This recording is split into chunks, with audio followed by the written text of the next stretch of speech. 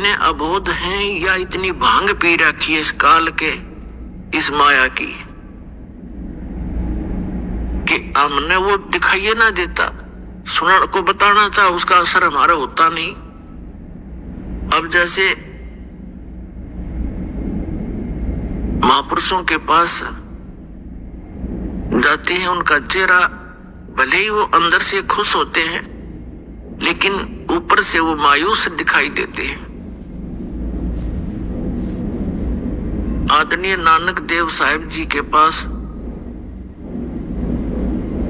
कुछ भक्त गए जाते रहते थे, कुछ नए नए भी जाते हैं, तो वो देखते हैं कि हमने तो साधु संतों के चेहरे बड़े खिले हुए लाल लाल देखे, उनके देखे जो पेट भर थे, ऊपर से दिखे साथ तो उनको ज्ञान था ही नहीं।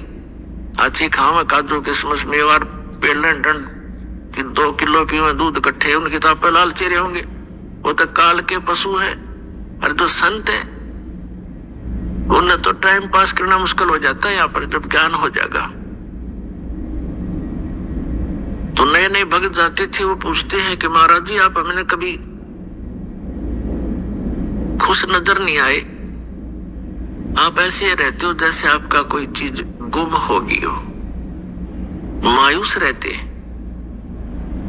तो नानक जी ने कहा कि ना जाने काल की कर डारे और किस विध डल जा पासावे, और जिनाते सरते मौत खुड़क दी उन्होंने केड़ा हासा।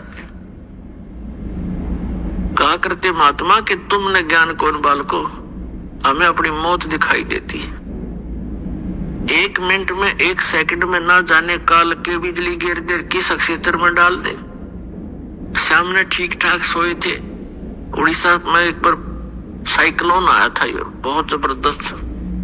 पानी समुद्र का जल हवा के वेग से 30-40 फुट ऊंचा उठकर अरे से चल पड़ता, फुल स्पीड से 200 किलोमीटर प्रति घंटा की स्पीड से, और वो इतना प्रेशर से चलता है जिस क्षेत्र में से गुजरता है उनके मकान मुकोन सबको तहस नहस कर, और जो जितने भी उसके अंदर होते हैं सभी पानी में डूबकर मर जाते हैं। उनको कहीं इधर उधर जाने का समय नहीं मिलता, और वो सभी इसी तरह लगे हुए थे जैसे शेष बचे हुए लग रहे हैं, ये कर दूंगा, वो कर दूंगा, फलाना कर दूंगा, उस पे ऐसे कर दूंगा, ये कोठी बनाऊंगा। जो बनाना था वो प्रारंभ भी नहीं कर पाते, ये करना था जो भक्ति करो, परमात्मा ने याद रखो, और समर्थ की शरण में आने से ये आपदाएं भी टला करती हैं। तो क्या बताते हैं, ना जाने काल की कर डारे किस विध डल जा पासावे, और जिनाते सरते मौत खुड़क दी उन्होंने केड़ा हासावे। हमने तो भाई अपनी मौत दिखाई देती है, और ना जाने यहाँ क्या बिजली गिर जा, और इसलिए सावधानी बरत रहे। और वहां जाने की चिंता है कोई गलती ना हो जाए और फिर काल के जाल में फंसे रह जाए। फिर उन्होंने पूछा कि भक्तों ने पूछा क्या आप सदा ऐसे रहते हो, क्या आपको कभी खुशी नहीं होती? संतों की जो खुशी है वो आत्मिक होती है, ऊपर लोग दिखावा नहीं होता। नानक साहब जी कहते हैं साध मिले साढ़े शादी होंदी और विछड़ जा दिलगिरी वे, अखदे नानक सुनो जहाना मुश्किल हाल फकीरी वे। जब मुझे मेरे भक्त मेरे साध संगत आती है, सत्संग होता है, तो मेरी खुशी का ठिकाना नहीं होता, लेकिन वो दांदरे काट कर नहीं, अंदर से खुशी होती है। साध मिले साढ़े शादी होंदी और विछड़ जा दिलगिरी वे, और जब ये चले जाते हैं भक्त तब मुझे दिलगिरी होती है और चिंता सताने लग जाती है। किस चीज की? कि इनको मुश्किल से मैंने लाइन पर लाया है, विकारों से रहित किया है, उस परमात्मा को सतलोक में जाकर के देखा है, उससे प्राप्त ज्ञान के आधार से मैं इनको ज्ञान दे रहा हूं। क्योंकि आदरणीय नानक देव साहिब जी पहले हिंदू धर्म में जन्मे थे, श्री राम कृष्ण के कट्टर पुजारी थे, और ब्रजलाल पांडे के पास वो गीता पढ़ा करते थे, उनसे दीक्षा ले रखी थी। जब परमात्मा आए उनको सतलोक लेकर गए सचखंड बेई नदी से, एक साधु रूप में आए थे, जिंदा महात्मा के रूप में परम अक्षर पुरुष सतपुरुष, और उनको साथ लेकर सतलोक गए सचखंड, फिर वापस छोड़ा था। 3 दिन तक वो अचेत कहीं गुप्त रखे थे, उनका शरीर आत्मा को लेकर गए थे। तो उन्होंने आकर जो भी उस मालिक से वार्ता हुई, जो भी उनका आदेश था कि ऐसे ऐसे इन पुण्यात्माओं को आप भक्ति मार्ग पर लाओ, मेरा ज्ञान बताओ, और इनको केवल इतना ही अभी स्टार्ट करना, जैसे पहली कक्षा के बालक को वो ABCD ही सिखाई जाती है, ए आ ईड़ा उड़ा ये सिखाए जाते, इसे आगे वो ग्रहण भी नहीं कर सकता। तो उस समय भगत समाज की ये स्थिति थी कि एकदम एक समाज से हटकर अलग से कोई क्रिया करना कोई बालकों का खेल नहीं होता।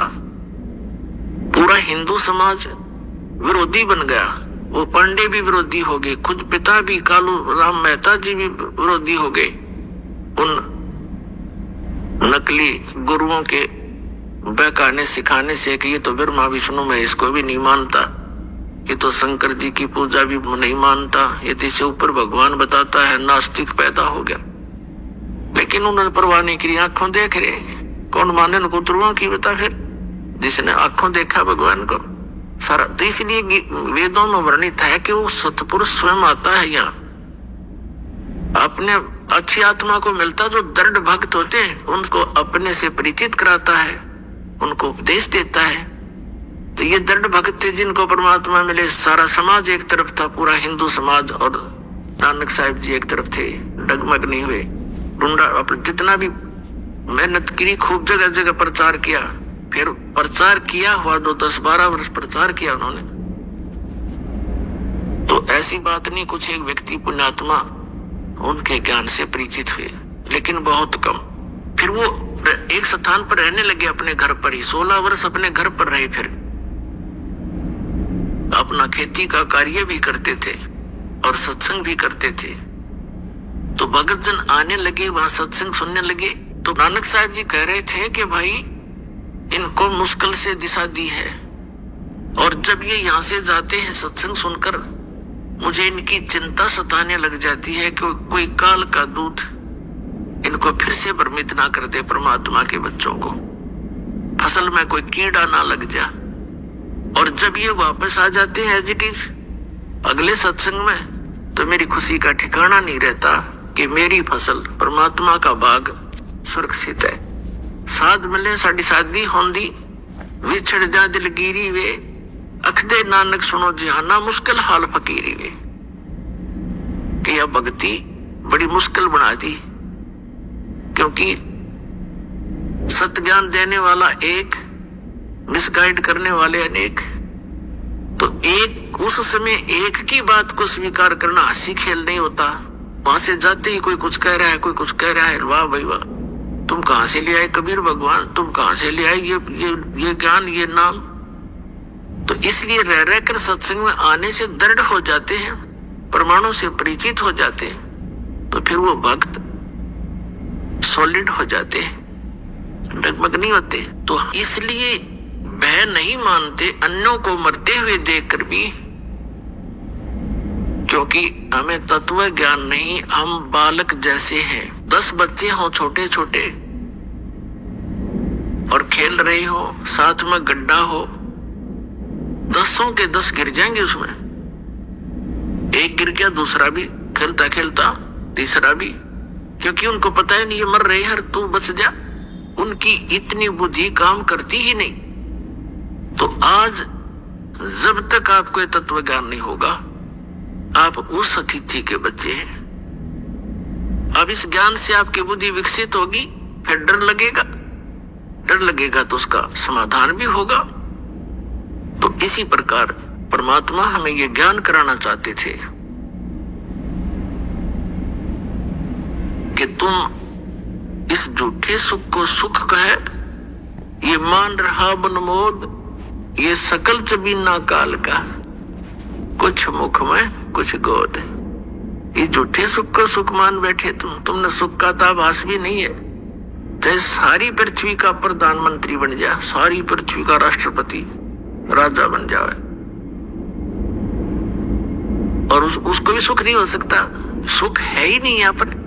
हमने देख लिया उसको, राजा है, मंत्री है, मुख्यमंत्री है, झंडी वाली कार है, और बड़ी इसके बड़ी शोभा है इस व्यक्ति की। उसके अंदर जाकर देखो 36 टेंशन लिए फिरता है सारा दिन। सुख है उसको? या सुख है ही नहीं। सुख होगा कैसे? नमक के बोरे में और बूरा का, खांड का, चीनी का टेस्ट कोई खोज रहा है तो खोजता रहे, उसमें है ही नहीं वो टेस्ट। तो सतलोक तो बूरा का बोरा समझ लो, और ये काल का लोक मिलता जुलता उसी के उस वैसा ही है, डुप्लीकेट कॉपी कर रखी है। जैसे एक नमक हो कूटा हुआ, हर एक में बूरा भर रखी हो, बर्तन में, कटोरे में, एक जैसी लगे हैं, पर टेस्ट से पता लगेगा बूरा कौन सी और नमक कौन सा है। तो ये ऐसा है, ये तो नमक है, हम इसको बुरा मान रहे हैं। कहते हैं बुरा जान चाटत है रेही। यहाँ के जितने भी सुख हैं स्वर्ग महास्वर्ग तक के, ये तो रेही चाटना है। रेही माने जैसे जिस जमीन के ऊपर सफेद सफेद फफूंदी सी हो जाती है उसको रेही बोलते हैं हमारी देसी लैंग्वेज में। तो उसका टेस्ट जीभ पर के देखो, नमक से बुरा। तो परमात्मा कहते हैं और बुरा चख के देखो, फिर बुरा जान चाटत है रेही। ये इस सुख को सुख मान रहे हैं, ये तो उस परमात्मा सतलोक के सुख की तुलना में बुरा और रेही यानी नमक समझो, इतना अंतर है। तो क्या बताते हैं परमात्मा कि तुम्हें अब बालक को डर नहीं लगता मृत्यु से। तुम ये सोच रहे हो नहीं, आदमी 100 वर्ष तो जीवित रहता ही है व्यक्ति, और जो यही आशा लेकर जी रहा था 20 वर्ष का मर गया, कोई 30 का मर गया, कोई 5 वर्ष का मर गया, उसको तो हम इत्तेफाक मानते हैं। तो वो इत्तेफाक क्या आप पे लागू नहीं हो सकता? वह बुद्धि काम करती नहीं, क्योंकि हम अबोध बालक हैं। तो उसके लिए इस ज्ञान की आवश्यकता पड़ती है। फिर आपकी रुचि न्यारी बनेगी समाज से, और आपका रह रहकर सत्संग में आने को दिल करेगा। जब आपकी रुचि संसारिक बकवादों से हटकर बीड़ी, शराब, मांस, तम्बाकू, नाचा गाना, बेमतलब की चोरी, हेरा फेरी, जारी और रिश्वतखोरी, इनसे हटकर आप सही लाइन पर आओगे तो अन्य व्यक्तियों को फिर अच्छे से नहीं लगोगे, न्यू कहेंगे मूर्ख हो गया। तो जब कोई विभाग में कार्यरत व्यक्ति है और वो अपनी बुराई छोड़ देता है, रिश्वत लेना भी त्याग देता है, तो अन्य उसके साथी जो पहले जिस रंग में वो रंगा हुआ था उसी में वो तभी है, वो मजाक बनाते हैं, बुद्धि भ्रष्ट होगी इसकी, ये रिश्वत भी ना लेता, शराब भी छोड़ दी, बीड़ी भी ना पीता, तीसरे दिन सत्संग में जा है, मूर्ख है। तो परमात्मा कहते हैं जो भगवान के ज्ञान से अपरिचित हैं उनको तो हम मूर्ख दिखे, और हमने वह कति मूर्ख दिखे। वो किस आशा को लेकर जी रहे हैं? बिन उपदेश अचंभ है क्यों जीवित है प्राण, और भक्ति बिना का ठोर है ये नर नाही पाषाण। भक्तों की दृष्टिकोण तो ये बन जाता है कि बिन उपदेश अचंभ है, जो जिन्होंने नाम नहीं ले रखा, ज्ञान नहीं सुन रखा, अचंभ है, आश्चर्य है वो, क्यों जीवित हैं, किस लिए जी रहे हैं, वो क्या आशा लिए बैठे। और भक्ति बिना का ठोर है ये नर नहीं, ये तो पत्थर है। अब फिर क्या बताते हैं कि संत भक्त जब इस बात से परिचित हो जाते हैं, परमात्मा के ज्ञान पर दृढ़ हो जाते, वो संसार की दृष्टि में मूर्ख दिखाई देते। उनके विषय में परमेश्वर क्या बताते हैं? अकल अलूने दीखते ये सर्व अकल के मूल, सदा रटे हरि नाम को ये झूले अनहद झूल। संसार को जो ये अकल अलूने दिखते हैं, अकल अलूने माने बिना अकल के आदमी, और ये तो सर्वकल के मूल है।